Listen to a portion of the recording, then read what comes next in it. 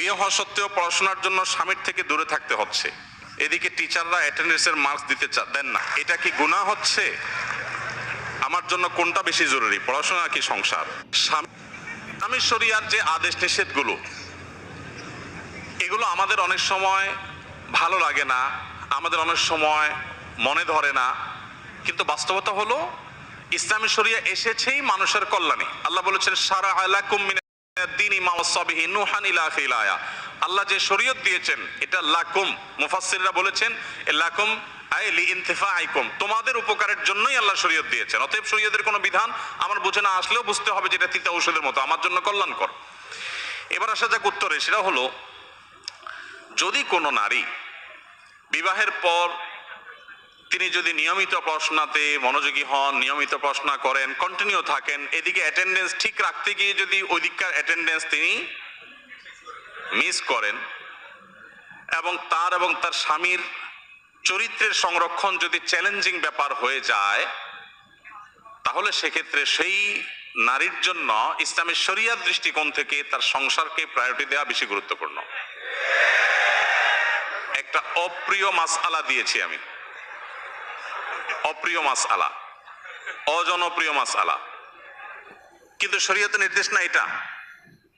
আমার জন্য উচ্চতর জ্ঞান অর্জন করাকে শরীয়ত ফরজ না করলেও বিবাহ হয়ে গেলে আমার সাংসারিক জীবন যাতে ক্ষতিগ্রস্ত না হয় সেটা আমার জন্য কিন্তু ফরজ।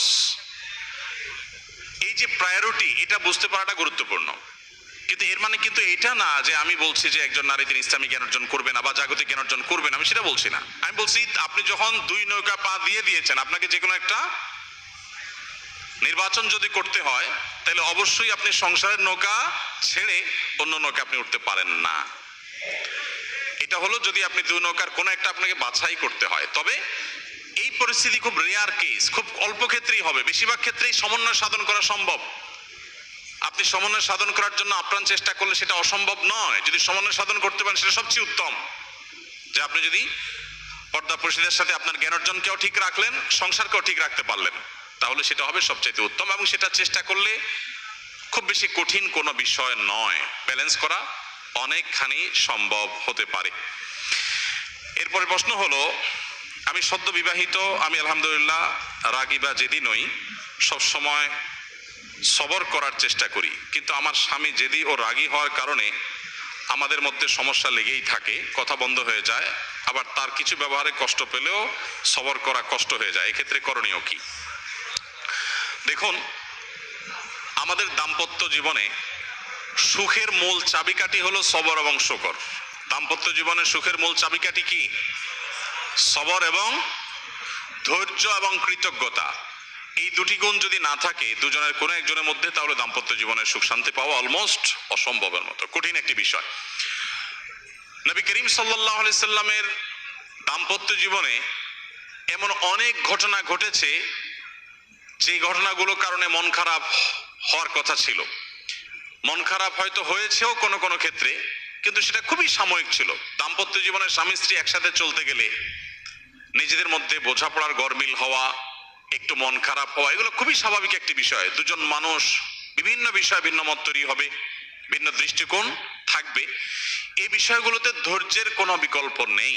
বিশেষ করে মেয়েদেরকে আমরা বলতে চাই, মেয়েরা তাদের সাংসারিক জীবনের শুরুতে তাদেরকে বেশি একটু স্ট্রাগল করতে হয়। আমাদের সামাজিক প্রেক্ষাপটে নারীদের প্রতি নানা বৈষম্য, তাদেরকে কোণঠাসা করে রাখার চেষ্টা, নানা কুসংস্কার, এগুলোর কারণে মেয়েদের উপরে অনেক বেশি কষ্টকর হয় তাদের সাংসারিক জীবনের শুরুর সময়টা পার করা। কিন্তু আমি বলি সব সময়, সাংসারিক জীবনের শুরুতে আমাদের সামাজিক বাস্তবতায় পুরুষ শুরুতে একটু বেটাগিরি দেখাইলেও সাংসারিক জীবনের শেষে এসে কিন্তু পুরুষ পুরাটাই বিড়ালের মতো থাকে। কিভাবে? প্রথম বিয়ের পর যেহেতু একজন নারী তিনি বাবার বাড়ি ছেলে স্বামীর সংসারে আসেন, সেখানে স্বামীর বাবা, স্বামীর ভাই, স্বামীর বোন, স্বামী সব তার, আর উনি একা আরেক ঘরের আরেকটা ফ্যামিলির।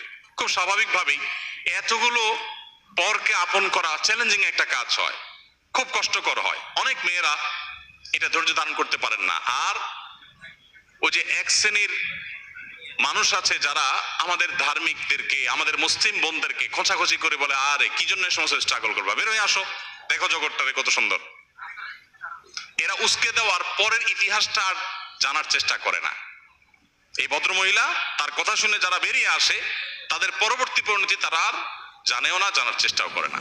এর বিপরীতে যারা কষ্ট করে টিকে থাকে, যারা কষ্ট করে ধৈর্য ধারণ করে, সবর করে, নদীর কিনারাতে যে বড় বড় ঢেউ এটা দেখে ভেতরে ঢুকতে যারা ভয় পায় না, সাহস করে এগিয়ে যায়, একটা পর্যায়ে তাদের এই কষ্টটা থাকে না। কখন কষ্ট থাকে না?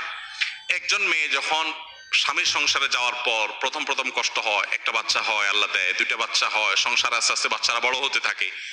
এক একটা বাচ্চা বড় হওয়া মানে তার এক একটা বাহিনী দাঁড়ায় যাওয়া। এই ছেলে মেয়েগুলো যখন বড় হয়ে যায়, ডানে দেখে ছেলে দাঁড়ায় আছে, বামে মেয়ে দাঁড়ায় আছে, কদিন পরে ছেলের ঘরের ছেলে, এরপরে মেয়ের ঘরের মেয়ে, এগুলো যত বাড়তে থাকে এই সবগুলোকে দিন শেষে মায়ের বাহিনী হিসাবে কাজ করে। বাবা বেচারা তখন সোফার এক কোণায় চুপচাপ বসে থাকে।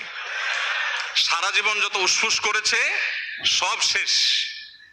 এখন ভদ্রলোক পৃথিবীর সবচাইতে ভদ্র মানুষ হিসেবে সোফার এক কোণায় বসে বিনম্র আচরণ করে তিনি নিজেকে উপস্থাপন করেন। আর ভদ্র মহিলা যত বৃদ্ধ হতে থাকে, যত বয়স বাড়তে থাকে, তার সৈন্য সামন্ত লোকবল, তার বাহিনী ডানে বামে এমন ভাবে তার বাড়তে থাকে। এরপরে পুরুষ এক কথার বেশি দুই কথা বললে বলে, তুমি মসজিদ থেকে আজকে এত তাড়াতাড়ি কেন আসছো? মুয়াজ্জিন সাহেব বের করে দিছে। বেশি কথা চলে না, এটা কিন্তু বাস্তবতা। এই জন্য বোনদেরকে বলতে চাই, সাংসারিক জীবনে শুরুতে শুধু বোনদের কেন, ভাইদের জন্য একই কথা প্রযোজ্য। সাংসারিক জীবনে দুজন দুজনের সাথে প্রথমে অনেক ঝামেলা তৈরি হয়, সবর করে টিকতে হয়। একটা সময় আল্লাহ তাআলা সুদিন দেন। আর যারা অধৈর্য হয়ে যান তাদের সে সৌভাগ্যটা হয় না। মেয়েরা দেশের বাইরে পড়তে যাওয়া কতটুকু যুক্তিযুক্ত? কোন নারী যদি দেশের বাইরে পড়তে যেতে চান, মুসলিম নারী, তাহলে সেক্ষেত্রে তিনি মাহরামের সাথে অবশ্যই যে কোনো জায়গায় যেতে পারবেন। এক্ষেত্রে তার জন্য মৌলিক শর্ত থাকবে যে সফরে মাহরাম থাকা গুরুত্বপূর্ণ, শরীয়তের একটি বিধান। নবী সাল্লাল্লাহু আলাইহি ওয়াসাল্লাম বলেছেন, লা তুসাফিরুল মারআতু ইল্লা মা'আজি মাহরামিন। কোন নারী মাহরাম ছাড়া অন্য কারোর সাথে, অর্থাৎ অচেনা গায়রে মাহরাম মানুষের সাথে তিনি সফর করবেন না। যদিও এক্ষেত্রে কোন কোন উলামা একরামের ভিন্নমত রয়েছে, যদি মহিলাদের সাথে অন্যান্য মহিলাদের দলের মধ্যে সংযুক্ত হয়ে থাকেন, যে তাদের মাহরাম আছে, যে তার সেফটি নিরাপত্তা এগুলোর কোনো শঙ্কা থাকবে না, তো কোন কোন উলামা একরাম ক্ষেত্র বিশেষে নিরুপায় হলে তখন জায়েজ বলেন। বাট সাধারণ অবস্থায় মাহরাম সহই সফর করার বিষয়টি গুরুত্বপূর্ণ। মাহরাম দিয়ে আসলেন, নিয়ে আসলেন, এটুকু হলেই হবে। আর যেখানে থাকবেন সেখানে ফিতনা মুক্ত, তার কোনো প্রকার ঈমান আমল চরিত্র এগুলো সংকটে পড়ার শঙ্কা নেই বা জোরালো সম্ভাবনা নেই, এরকম হলে সেখানে তিনি অবশ্যই জ্ঞান অর্জন করতে বাহিরে যেতে পারবেন।